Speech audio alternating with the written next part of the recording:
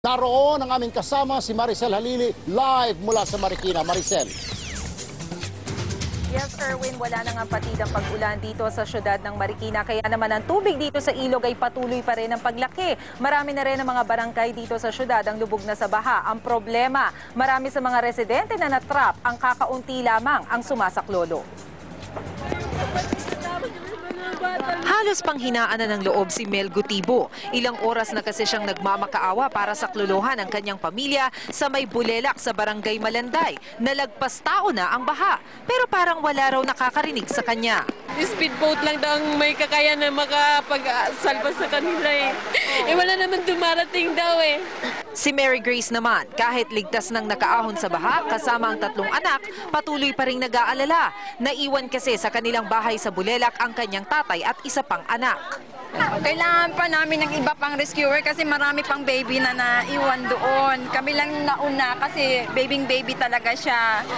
Hanggang bubong na ang baha sa ilang barangay sa Marikina, pero kulang ang mahigit 20 rescue boat dito. Matagal daw ang pagdating ng tulong mula sa national government, kaya kanya-kanyang diskarte na ang mga tao para makaligtas. Ang ilan, nilalangoy ang baha.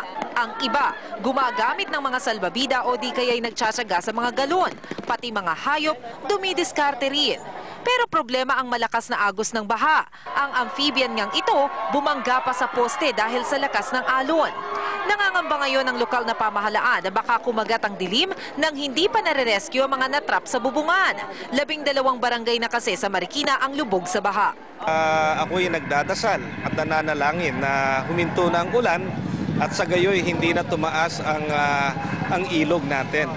Mahigit 20,000 tao na ang nananatili ngayon sa mahigit 20 evacuation centers. Pero ano po yung pinangangambahan ninyo? Kung makatulad sa Ondoy, na wala man lang natira kahit isang gamit. Oo. Hanggang yung naglikas kami po, hanggang bewang yung tubig. Oo. Tapos yung pangalawang balik namin, hanggang dito na. Pangatlong balik namin, hanggang lig na. Umaapela sila ng tulong na pagkain, damit, banig at kumot, lalo na at pinangangambahang magtatagal pa ang masamang panahon. Erwin, sa pinakahuli nga natin na pag-check, umabot na sa 20.4 meters yung lalim ng tubig dito sa ilog o mahigit 20 meters na. Nananatili pa rin sa critical levels sa critical level ang ilog dito sa Marikina. Ngayon, para mas maintindihan natin gaano nga ba kalalim itong sinasabi natin na mahigit sa 20 meters, ipapakita namin sa inyo ngayon yung video nitong isa sa mga landmark dito sa Marikina, yung Marikit na. Noong panahon ng Bagyong Ondoy, yung isa sa pinaka-worst o yung worst experience dito sa Marikina City, umabot sa leeg niyang estatwang yan, yung lalim ng baha dito. Pero sa mga oras na ito, makikita natin sa ating live video na hanggang bewang na nitong estatwang ito yung tubig. Ngayon, yung lalim ng tubig ng Bagyong Ondoy, umabot yan ng 23 meters. Medyo malayo-layo pa compared dun sa mahigit 20 meters sa mga oras na ito. Ang isa pang problema, yung mga kable ng kuryente dito sa Marikina River, medyo sumasayad na doon sa tubig dahil nga makikita natin na medyo malaki na talaga yung tubig dito sa ilog at sa mga oras na ito palaki pa rin ito ng palaki at malapit na nga na umabot doon sa kalsada. Kaya naman yung mga residente dito, pati yung lokal na pamahalaan patuloy na nananalangin na sana naman tumigil na yung pag-ulan dito sa Marikina. Kanina ay sinubukan din natin na pumunta doon sa City Hall ng Marikina at doon sa pinakang main office ng Rescue 161. Ang problema, maging yun sa mga tanggapan na yun, lubog na rin sa baha. Etong nakikita natin na video, ito yung daan papunta doon sa City Hall at doon sa Rescue 161. Pero medyo mahirap na rin silang makontak dahil wala na rin makadaan na mga sasakyan hanggang sa mga oras na ito. Uulitin natin, Erwin, yung panawagan ng lokal na pamahalaan ng Marikina, maging yung mga residente ng Marikina na sana ay madagdagan pa yung mga rescue boats na nanawagan sila sa AFP, sa PNP, sa national government na dagdagan pa sana dahil hanggang sa mga oras na ito, marami pa rin mga residente yung natrap sa kanilang mga bahay, partikular na nga dyan sa lugar ng Tumana, sa Nangka at dyan sa May Bulelak. Erwin? Okay, Maricel Halili live mula po sa Marikina. Maraming salamat sa iyo. Aabutin pa raw hanggang bukas o Huwebes ang walang patid na ulan na nagpalubog sa malaking bahagi ng Kamaynilaan. Ikinumpara na nga ito sa bagsik ng Bagyong Ondoy noong 2009. Pero totoo kayang nakalampas na tayo sa unos? Live mula sa Pag-asa, si Franz Noguera. Franz. Tama ka dyan, Cheryl. Babala ng Pag-asa. Magtutuloy-tuloy pa yung mga pag-ulan na mararanasan natin ngayong gabi hanggang bukas ng umaga dito sa Metro Manila, kasama ang mga probinsya ng Ilocos, La Union, Zambales, kasama rin ang Pangasinan, Bataan, Pampanga, Tarlac, Bulacan, Rizal, Cavite, pati na rin ang Batangas. Wala tayong bagyo ngayon dito sa loob ng Philippine Area of Responsibility, pero makikita nyo itong dilaw na kulay na ito, yan ang southwest monsoon, yan yung ulap na dala niya na ngayon ay nagpapaulan dito sa kanlurang bahagi ng bansa. Yan ay hinihila at pinalalakas ng severe tropical storm Haikui na nasa labas ng Philippine Area of Responsibility, nasa northeast yan ng Taiwan, at yan ay tinutuhog ang direksyon papuntang China. Dahil nga sa mga malawakan at malalakas na pag-ulan na naranasan natin ngayong araw, di maiwasang bumalik sa alaala ng marami ang Bagyong Ondoy noong September 2009. Ayon sa Pag-asa, may pagkakaiba ang Bagyong Ondoy at ang naranasan natin ngayon.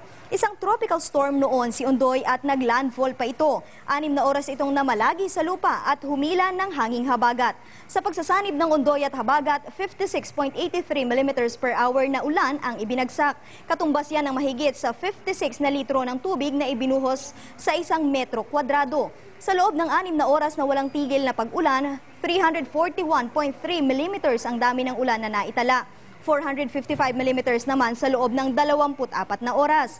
Ang naranasan natin ngayon, malakas na hanging habagat na 9 na araw nang nakakaapekto. Sa loob ng 24 na oras, umabot na sa 323.4 mm ang dami ng ulan na ibinagsak. 71% lamang yan ng ulan na ibinuhos ng magkasanib puwersang Bagyong Ondoy at habagat. Pero sa Facebook page ng ekspertong si Dr. Mahar Lagmay ng Project NOAA, lagpas na sa Ondoy ang bumuhos na ulan dito sa Metro Manila dahil sa habagat. Ayon sa kanyang Facebook status, 472 mm na ang ibinagsak ng hanging habagat sa loob lamang ng 22 oras. Cheryl, paliwanag naman ng Pag-asa, ang kinukuha nila kasing basihan at comparison para doon sa Bagyong Ondoy ay 24 hours na mula yan alas 8 kahapon ng umaga hanggang sa alas 8 ngayong umaga. Yan yung kanilang basihan, at kung nagkaiba man sila, ibig sabihin iba rin yung oras na nakuha nitong si Dr. Lagmay kung saan yung mga rainfall amount malalaki. At ito naman para naman sa ating forecast, ngayong gabi nga asahan pa rin yung intense na mga pag-ulan. Kaya naman nakataas pa rin yung red warning signal hanggang ngayong alas 6 ng gabi dito sa Metro Manila. Ibig sabihin makakaranas pa rin tayo ng malalakas na pag-ulan at may mga pagbaha. Kaya naman kailangan ng aksyon ng komunidad, lalo na yung mga residente na malapit sa mga bahaing lugar. Kailangan nating mag-ingat. Bukas naman, good news, a bit of good news tayo dahil bahagya na raw mababawasan yung mga pag-ulan na mararanasan natin. Ayon sa Pag-asa, kung ngayon nasa 40 hanggang 60 mm per hour yung malakas na ulan na ibinuhos, bukas posibleng nasa 7.5 hanggang 15 mm per hour na lamang yan. Ibig sabihin yan, heavy pa rin pero bahagya nga nabawasan na yan. Huwag pumalito yung ating mga kapatid. Ibig sabihin lamang po ng millimeters na sinasabi natin, isang 1 mm is equal to 1 liter na ibinuhos sa isang metro kwadradong espasyo. Kaya wag po tayong malilito dyan. Habang sa Huwebes naman, nakikita ng Pag-asa, unti-unti na pong gaganda ang panahon dito sa Southern Luzon kasama ang Visayas. Pero maiiwan po na may mga pag-ulan pa rin na medyo mabilis ay madalas pa rin dito sa Northern Luzon dahil aangat po yung track nitong monsoon habang hindi pa tuluyan lumalabas at lumalayo ng bansa itong tropical storm Haikui. Kapag hindi pa yan naglandfall dito sa China at hindi pa nalusaw, hindi pa rin naalis itong hanging habagat. Pero towards the weekend, magiging maganda naman na daw ang panahon ayon sa Pag-asa. Cheryl? Maraming salamat, Franz Noguera, nagulap live mula sa Pag-asa.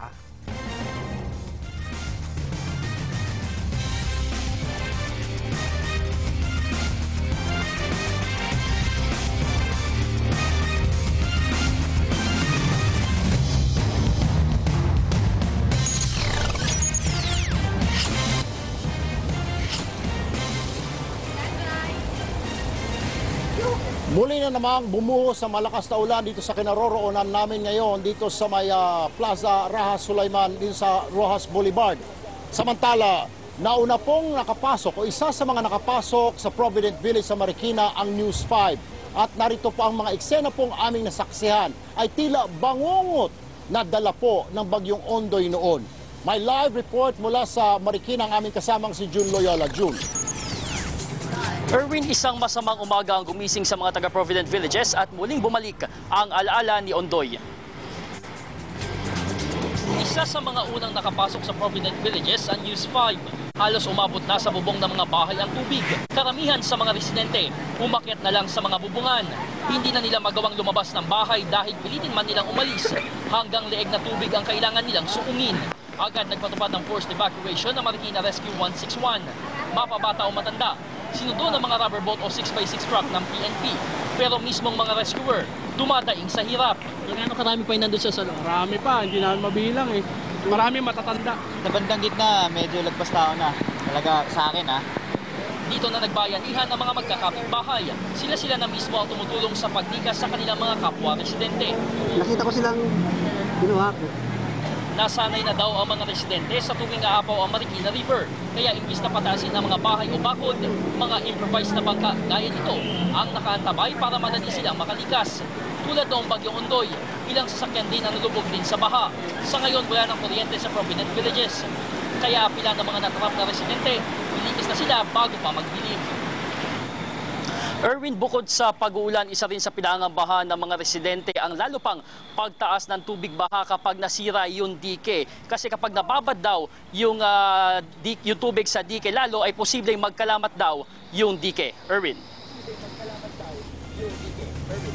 Maraming salamat sa iyo, June Loyola, live mula po sa Provident Village sa Marikina. Mag-ingat kayo dyan.